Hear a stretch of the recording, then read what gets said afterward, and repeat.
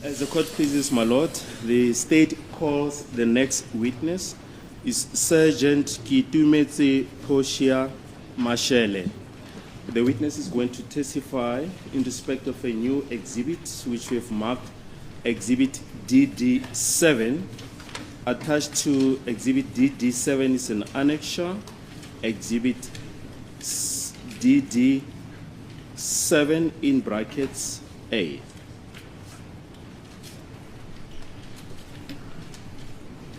Okay. What's your full name? Mabitso a gago otlhe le sefane. Ke itumetse Poshia Mashele. Ke itumetse Poshia Mashele. Okay, you can swear the witness E in. teng ntho e go thibelang gore o ikana gore o tlo bua nnete. Ha gona ntho e nthibela. Ga go le yalo wa ikana gore bopaki bo tlo bo fanang ka bona e tlo ba nnete, nnete fela, nnete e tletseng. Ga ile gore wa ikana emisa letsogo la go la moja gore modimo nthuse ke bua nnete. Modimo nthuse ke bue nnete. The witness is sworn in. Okay. Is it correct that you are a detective sergeant attached to the Pretoria North Detective Services? Ke nnete gore wena o detective sergeant o berekela Pretoria North ya side ya detective. Go ntse yalo. That is correct. Iqiniso na ukuthi wena uyiphoyisa u detective e Pretoria North usebenza ngakwihlangothi lobu detective uthi yebo iqiniso. Can you briefly put your career history on record? Ake o re tlhalosetse ka tiro ya gago gore o simolotse neng go fitlhella gona yanong. Ke joinile Sepodisa ka 2005. I joined the police service in 2005. Akusichazisele ulwa umsebenzi wakho uthi ngaqala esiphoyiseni ngo-2005. Tswela pele. Ka joina detective service ka 2008 go fitlha le yanong. And I joined the detective service in 2008 to date. Ngangena ke kuyihlangothi lobo detective kusukela ngo-2008 kufikela manje. Now, there's an annexure to Exhibit DD7. It's a certificate of competence.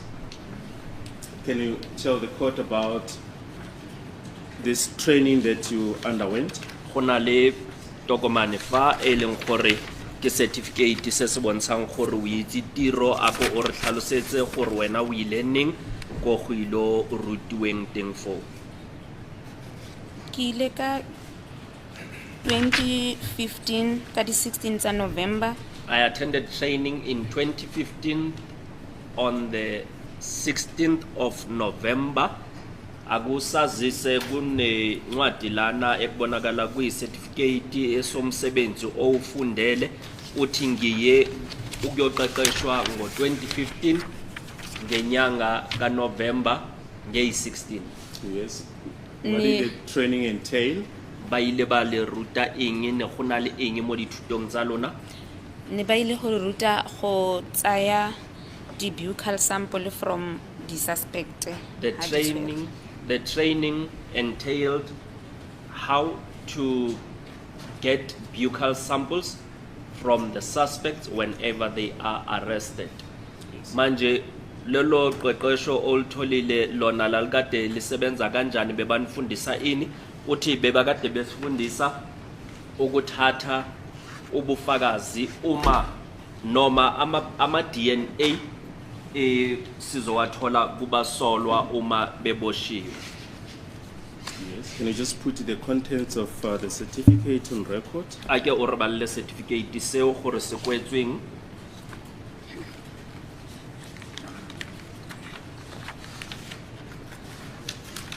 Go godimo sengwetse forensics for Africa. It is written Forensics for Africa. Forensics for Africa PTY mo di bracketseng LTD. Forensics for Africa in brackets PTY LTD. You can proceed to the sentence that starts with this serves to certify. Okay, this is safe to certify that on the date of this certificate, Ki Itumetse Poshia Dire You don't need to put your ID on record. ID number yako. ID number successfully complete with complied with the competency requirements for an authorized person as defined by the section 15E in brackets B of the Criminal Law in brackets Forensic Procedures Amendment Act 2013 in bracket Act number 37 of 2013 in brackets in the collection of non-intimate forensic DNA reference in brackets buccal samples. Uyafunda ke, should she also read this? Yes, just competency? that, Okay, that so last I feel paragraph. banale, Yes.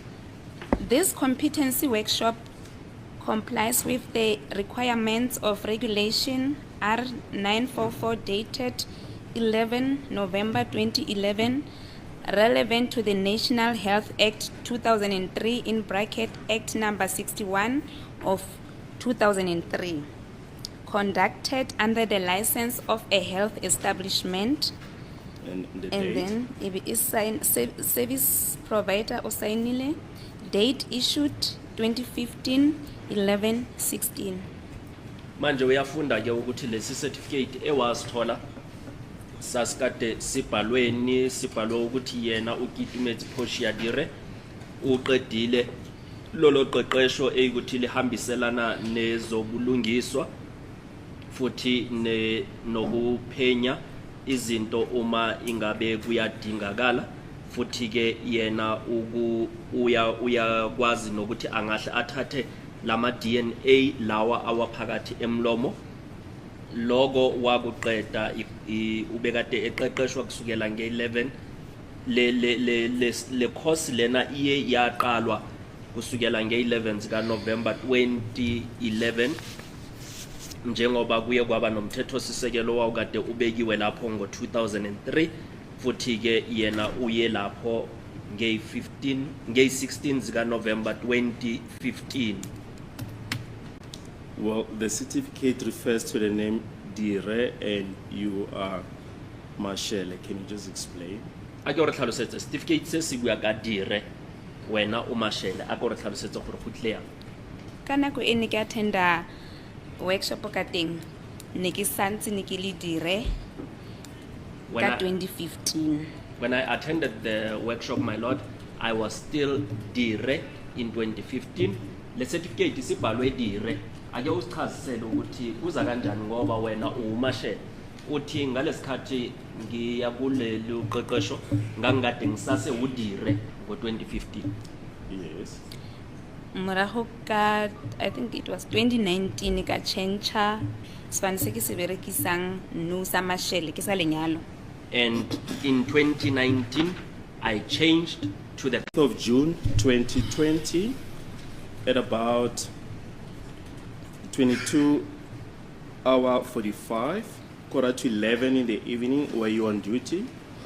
ka di 16th of June, ka quarter to 11 busigo wana o le mo tirong. Ne ke thabetse. Yes, I was on duty. Uthi ke isibongo lesi esikaMashele sifike ngo-2019 ngemva kokuthi ashadwe kulayo ukuthi uqale ukusebenzisa lesi sibongo. Manje umshushisi uyabuza ukuthi nge-16 zika June 2020 ngo-quarter to 11 usihlwa wakho usemsebenzini uthi yebo. What type of duties were you performing on the day? One o ira tiro e yang ka tsatsi leo. Ne ke postile ko crime office as detective ke attenda di case tse di reportiwang ko charge office tse dintšha. I was posted at the crime office as a detective and attending to new cases that were being reported. And just place just put in record the place where you were on duty, which police station? A go re bolelle leina la police station no le mo go yona. Pretoria North Police Station. Pretoria North Police Station. Uthi ngalelo langa mina ngangade ngibekwe esiphoyiseni ngingade ngiyenza umsebenzi wobu detective, ngithatha amacala amasha abekade ereportwa ngangade ngisebenzela ePretoria North. Yes. Can you tell the court in your own words what happened on the day? A go re tlhalosetse ka mantswe ya gago gore go iragetseng ka tsatsi leo. A go sazise ngamagama wakho ukuthi kwenzakeleni. Ka nako e o e boletseng 22. Referring to the same time that you have referred to. Yes. Or ka yone nako. Ka ka yone nako eo ne ke theogetse ke performa di-duties tsaka as detective o na theogetse night ha go na le di-suspect ko di-seleng tse di batlang ke di-interview ke aya for the case. At around the time I was on duty, performing my duties as a detective, and if there were suspects that needed to be interviewed, I would then go to those suspects. Ngalelo langa ngangade ngisemsebenzini ngenza umsebenzi wami njengo detective uma kunabasolwa abadinga ukuthi bayohlonywa imibuzo ngangiya ngiyobahloma imibuzo. So Yes. ka nako yone ya 22:45 ne ke theogetse, and then ka approachwa ke other police mapodisa a mangwe ba ba fitlhileng ba introduce mo go nna gore I introduce as ile Sergeant Mohane. And as I was performing my duties, then I was approached by other police officers who introduced himself as Sergeant Mohani. Ngangade ngisebenza bese kwaza elinye iphoyisa lazazisa kimi njengo Sergeant Mohani. Ampontsha karata gore ke lepodisa ampotsa le gore o tswa ko uniting e feng o kopa thuso from detectives tsa rona o ka mo thusang go mo tsela di-buccal sample mo suspecting ya gagwe o ka mo diseleng tsa Pretoria North He because showed me- ana kgose e nngwe. He showed me his appointment certificate and informed me that he was coming from a certain division, and he then asked me that he would like to meet any of our detectives so that they can take buccal samples on one of the suspects that they had, and he did not have the expertise to take the buccal samples. Kula ukuthi uye washo ke uMkhani ukuthi ucela ukubona abo detective bethu, yena ke wangibonisa nekarti lakhe ukuthi yena uyiphoyisa ubuya ngakweliphi ihlangothi kula engicele ukuthi udinga udetective ukuze azothatha lama DNA samples waphakathi emlomo bese ngoba yena wayekade engenalo lolo lwazi lokuthatha lawo ma samples. Yes. Nika mothusa ka gore ke na le khosa teng ka mmotsa gore ke na le one ke tla mothusa ka gore ne ntse ke theogetse le ko diseleng. I informed him that I had the expertise to take buccal samples as I was on duty also attending to the cells. Ngiye ngamsiza ke ngamtshela ukuthi mina nginalo lelo lwazi lokuthatha lawo ma sample njengoba ngangade ngisemsebenzini nangasemaseleni ngangilibele ngiya. Nika tseya crime buccal kit ka tsamalene ko diseleng wa go mpontsha motho a reng ke mothuse ka ene. I took the buccal kit and proceeded with him to the cells so that he can be able to identify that particular person that needed to be taken buccal samples. Mina ngiye ngathatha ke leyo sample, ngathatha ikit le enezinto ezizosetshenziswa njengoba kuyothathwa lama DNA, ngahamba naye ukuze azokwazi ukungibonisa lo muntu obekade edinga ukuthi kuthathwe ama sample kuye. Okay. Re tsene ko diseleng Sergeant Mohane ampotsa gore o tsamaya le ampontsha Sergeant o mongwe wa tsamaya le ena a re ke Sergeant Mogale a mo introduce mo go nna, and then ko diseleng a boa ampontsha motho o ke tshwantseng ke tse buccal sample mo go ene gore ke mang a mo introduce. We proceeded to the cells, and Sergeant Mohani then introduced to me his colleague, whom he said it was Sergeant Mohali, and Sergeant Mabena, I'm sorry. apologies, a point of correction, it's actually Sergeant Mabena whom he introduced to me, and he then showed me the suspect which I needed to take buccal samples from. Uye waqhubeka ke wasaya emaselini wangibonisa iphoyisa lele linye lalikade lihamba naye walazisa kimina njengo Sergeant Mabena wayekade enze iphutha athe uMkhali kodwa uthi uMabena kahle kahle lo bekade ehamba naye. Yes, you may proceed. O ka tswela pele. I introduce the person who senteng ke mo tseye buccal mo go nna gore ke mang. He introduced that person to me that I was supposed to take buccal samples of. Wangazisa ke kulo muntu lo bekade kwamele ngimthathe ama-sample lawo wama-DNA.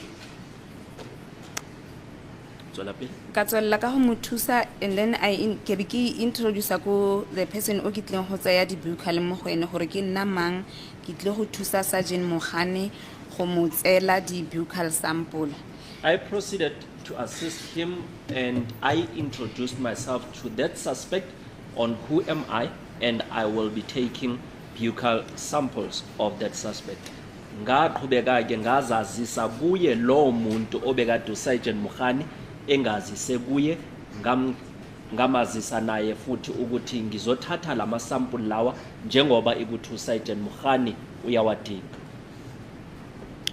Ka tswelela ka mmereko ka tsaya kit ele ka ba bontsha e sa buliwa, ka ba bontsha bone ke motsetse buccal ni le Sergeant Mogane le Sergeant Mabena le the person o ke tle go motsa ntho, ka ba bontsha kit gore ha ya buliwa e ke tleng go e berekisa by confirmer.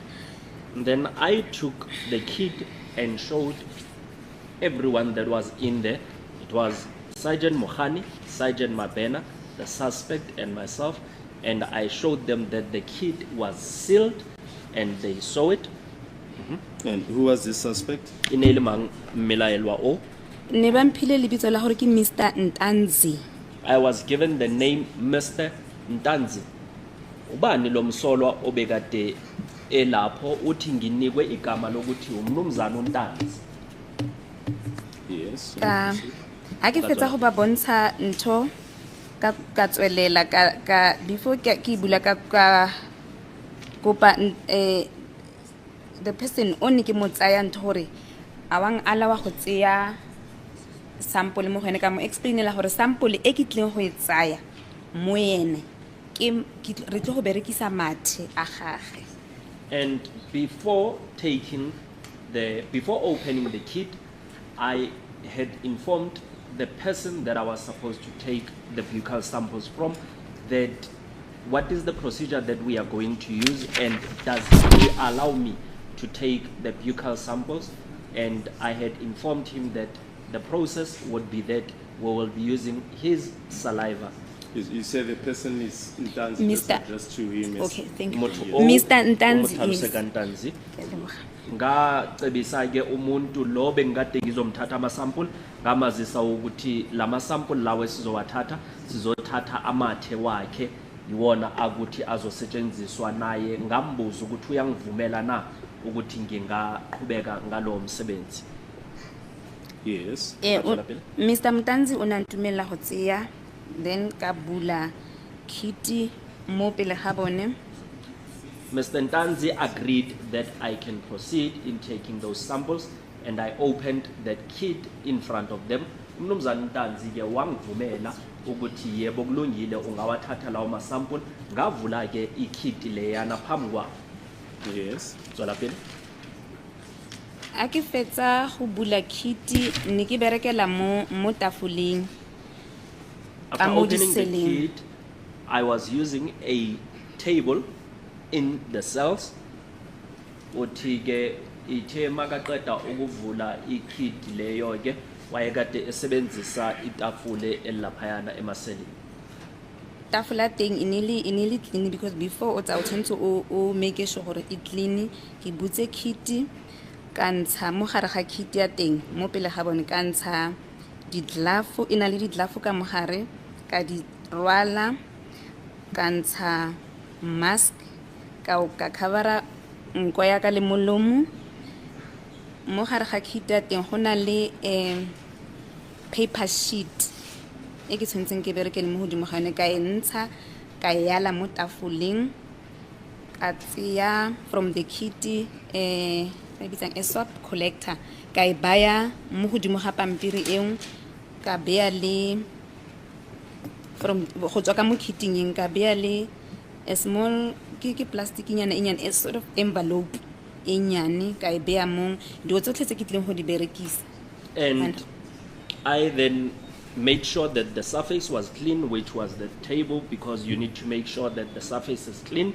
And then after having opened the kit, I then took out the gloves and put them on. I took a mask and covered my nose and my mouth. Then took out the document which I was going to complete and the swab collector. And there is something which is in an sort of an envelope, which I then also took it out and placed them on the table. Uthi kulayi ukuthi yena uye waqhubeka ke makaqeda ukuvula leya kit wakhipha amaglove, wafaka amaglove, wathatha nesponyo, wavala ikhala lakhe nomlomo, wathatha futhi kunalento ebizwa phecelezi iswab collector leyi ukuthi yona ezosetshenziswa, wayibeka nayo phezu kwetafule, wabeka namaphepha wonke ebekade kwamele asetshenziswe ukuzothatha lama sample wawobeka nawo phezu kwetafule. Ukazwela pele? Yes, you may proceed. After morago ga gore ke di beye tsotlhe di feletse ke ka mogare ne go na le form, I think your name pele ga rona e.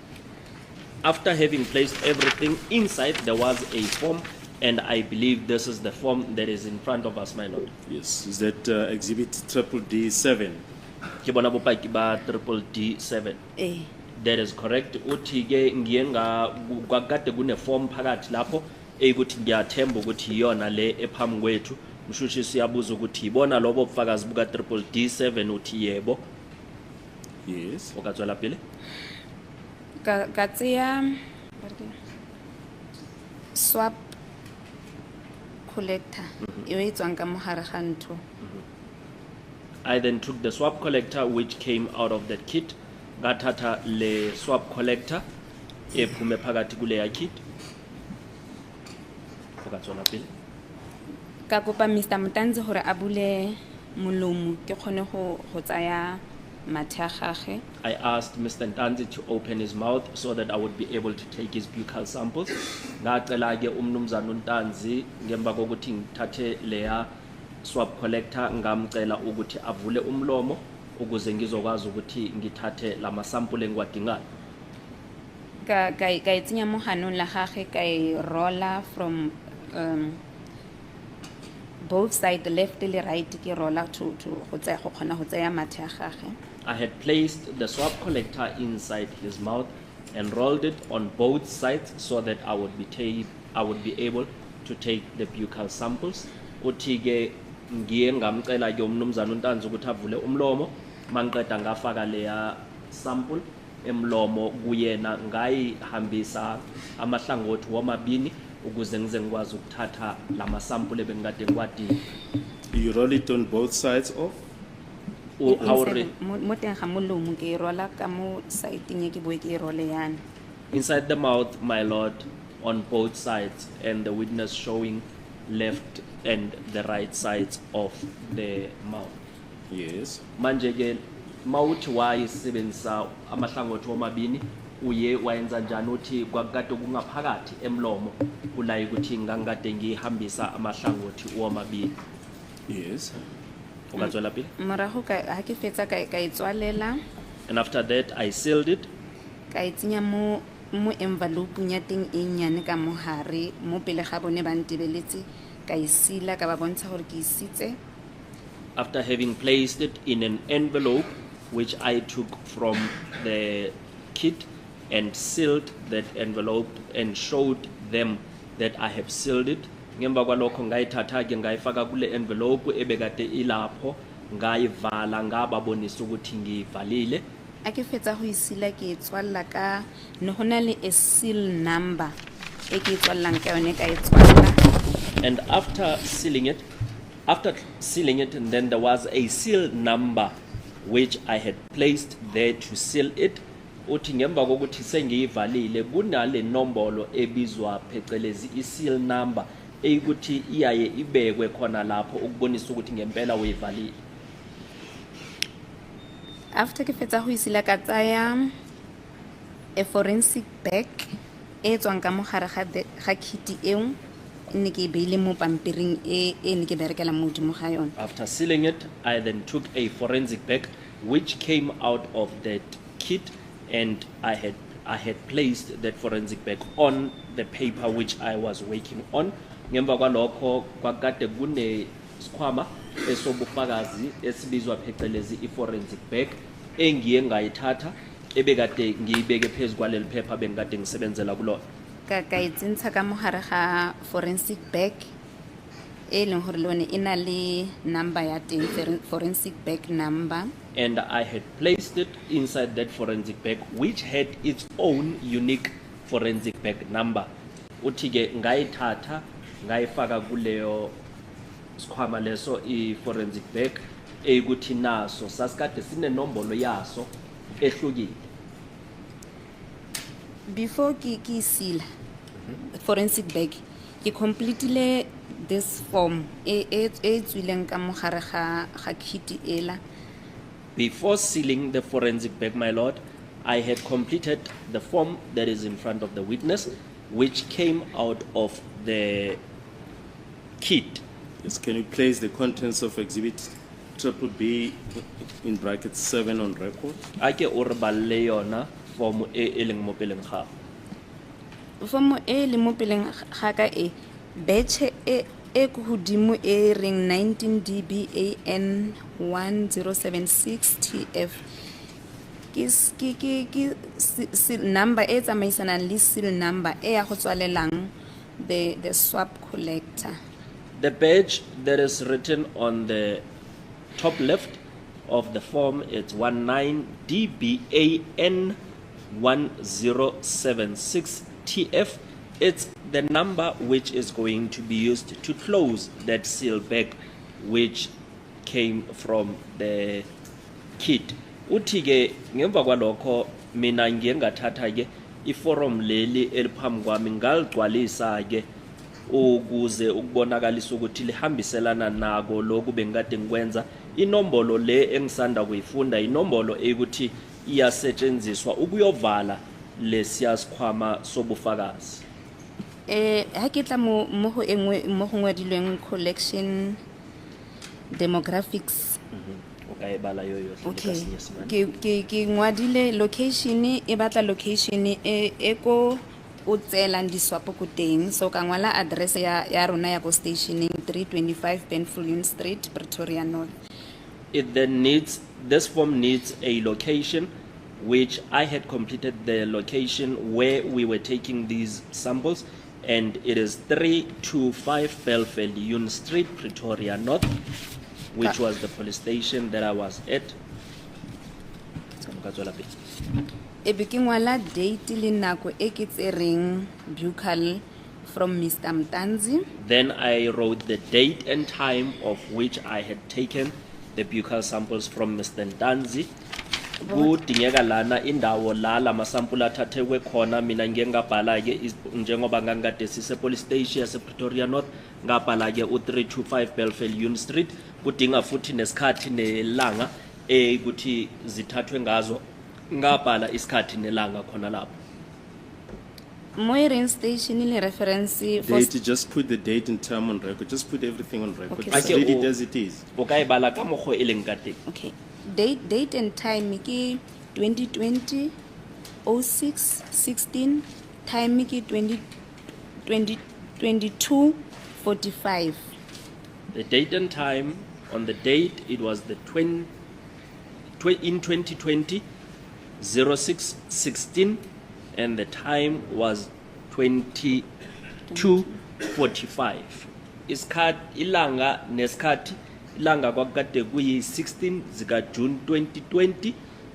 Isikhathi kwakade ku mizuzu emashumi amahlanu ngaphambi kwehora leshumi nomuvo ebusuku. Okatswela pele. Yes, may I proceed? Station and reference. Station ke sefilwe ke Sergeant Mogane o ne ke motsela ntho gore station ke ngwale o tseya ka station sa ko kae ampha station ka sengwala a re Phosphorus SAPS reference ke 636/10/2014. My Lord, the station and reference, I got them from Sergeant Mohani, whom informed me that I should write Phosphorus SAPS, and the reference is 636/10/2014. Kula kudingeka istation ke ne reference ngiye ngaziswa uSergeant Mohani ukuthi ngibhale uPhosphorus SAPS 636 ku reference 10/2014. Ebe re tla mo phateng ya donor information. Donor information ke information ya ga Mr. Ntanzi. Then we come to the part of the donor information, which is the information of Mr. Ntanzi. Bese siyala ukuthi ubani umuntu okakade kuthathwa lama sample kuyena uthi yena awaka mnumzana uNtanzi. Ebe ke thika se se tshwanetseng gore ke sthike like e botsa question ya gore a donor ke minor ka thika gore ha ise minor, and then donor ne ba batla gender ya gagwe ka ithika le donor type ba batla go itse gore a ke arrestee or ke eng ka thika gore ke arrestee. And then the section asks, it's a questionnaire which asks if the donor is a minor, which I ticked no, and the gender, I ticked his gender, and it then asks if it's an arrestee, which I also ticked there. Bese ke lana kuyabuza ukuthi umuntu lo okuthathwa lama sample kuyena umntwana na ngabhala ukuthi cha kusiyena umntwana umuntu wesilisa futhi kwakade kuumuntu oboshiwe. Okatswela pele. Sample type? E be botsa gore sample type ba batla go itse gore a ke la mathomo a tsewa subbuccal sample. Ke motsisitse ba re ke for the first time e be ke thika mo first timing. And then it asks if this person is a first time sample donor, and I asked him if it was his first time, and he confirmed that it was his first time taking such samples. Then I ticked the relevant part. Bese ke iyabuza ukuthi lo muntu lo kwakade eqala na ukuthatha ama sample afana nalawa, bese ke yena ngambuza wangazisa ngabhala ke la ukuthi yebo wayekade eqala.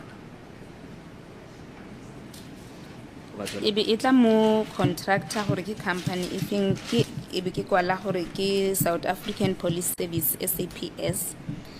Di number tse ke dingwadileng tsa phone ke di phone number tsa police station ya Pretoria North. Ebe go tla fingerprint number ke file ke Sergeant Mohani ka gore ne ke thusa ene ampha information ya fingerprint number ka ingwala. Ya tla ko donor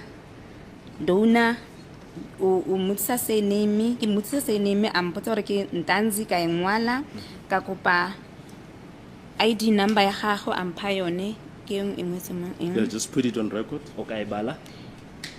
It's ke 9012 026 1 197 I guess ke 9 writing nka ra ibona le sentle 197083 because 8 wa teng ka ra.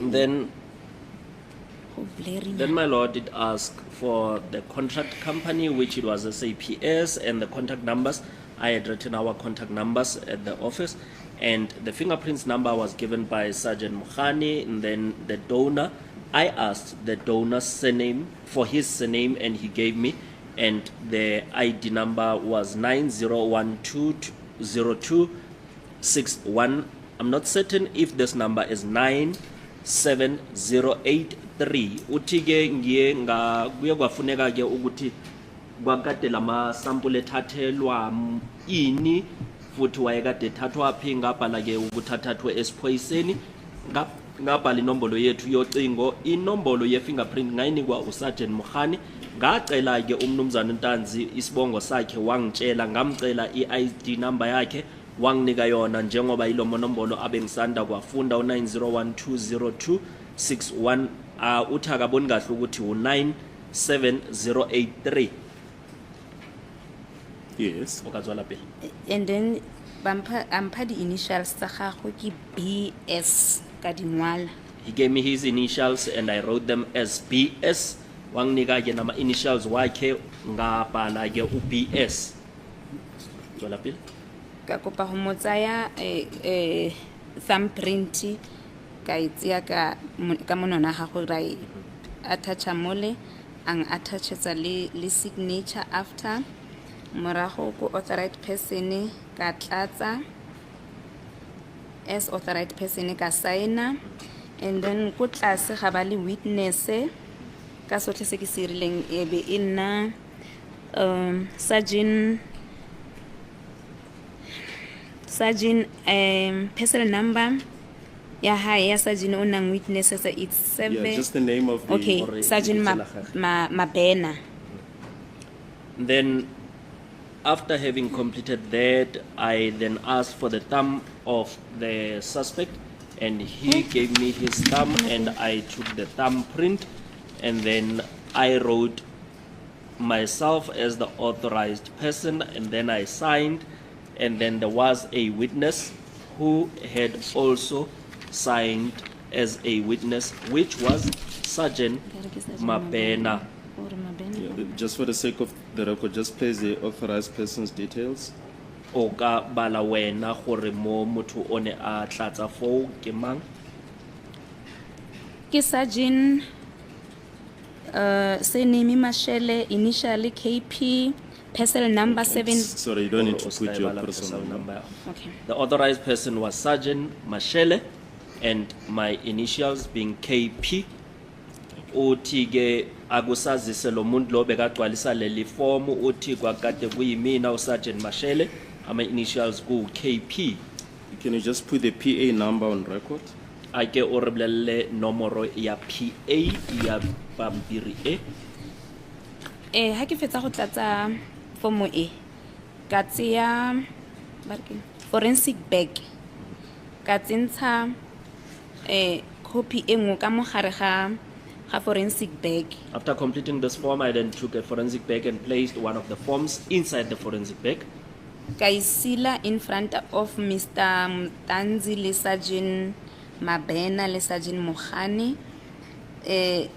Forensic bag, it was nearly forensic bag number PA 4004 718 737. After that, I then sealed it in front of Sergeant Mabena, and Sergeant Mohani and Mr. Ntanzi as well. And the PA number was PA 40047187737. Uthi ngemva kwalokho ngiye ngathatha leliya form ngalifaka phakathi eyikuthi ngalivala phambi kwabo Sergeant Mabena no Sergeant Mohani bese ke ngalifaka phakathi iform lelo lalikade line nombolo leyo bufakazi ku PA 40047187737. And then after ke fetsa go isila di duplicate le crime kit ka di handela ko go Sergeant Mohane ko di seleng pone ke berekela ko teng. And then after having sealed them, the duplicates and the kit, I gave them to Sergeant Mohani at the cells where I was working in. Ngemva kokuthi ngiwavaleke lama phepha amanye lawo ukuthi wayekade egcwalisiwe afanayo naleliyani ngilifake kuleli siyasikhwama wona ngawanika uSergeant Mohani emaseleni labe ngisebenzela khona. Ka mofa tsone tsotlhe di le sealed le dipampiri ka batlogela ko di seleng ka go tswelela ka mmereko wa ka wa bosigo. I gave them in the cells and they were sealed and then I left them at the cells and I went back to my post, my lord. Uthi-ke ngawanika ke uSergeant Mohani khona lapha emaseleni ngamshiya emaseleni bebonke mangiqeda mina ngaqhubeka ngomsebenzi wami. Thank you, my lord. That is all.